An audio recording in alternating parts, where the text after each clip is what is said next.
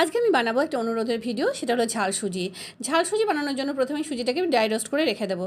তারপরে এখানে পছন্দ মতো সবজি আমি কেটে নিয়েছি। কড়াইতে সাদা তেল গরম করে বাদাম ভেজে তুলে নেব। ওই তেলের মধ্যে দেবো হলো পেঁয়াজ কুচি, তারপরে দেবো হলো ক্যাপসিকাম, বিনস, কাঁচা লঙ্কা কুচি আর হলো গাজর কুচি। তোমরা যে যার পছন্দ মতো সবজি নিতে পারো। সবজিগুলো হালকা ভাজা ভাজা হয়ে গেলে এর মধ্যে দেবো স্বাদ মতো নুন, হলুদ আর জিরা গুঁড়ো, আর দেবো হলো সামান্য চিনি। কেউ মনে করলে ঝাল সুজি বানানোর সময় চিনি কিন্তু স্কিপ করতে পারো। এরপরে ভেজে রোস্ট করে রাখা সুজিগুলো অল্প অল্প করে মেশাবো আর সবজির সঙ্গে ভালো করে খুন্তিগুলো নাড়তে থাকবো। সমস্ত মেশানো হয়ে গেলে ওপর দিয়ে অল্প অল্প জলের ছিটা দেবো। একেবারে কিন্তু জল দিলে সুজি কিন্তু ক্যাতক্যাতে হয়ে যাবে। আর খুন্তি দিয়ে নাড়তে থাকবো।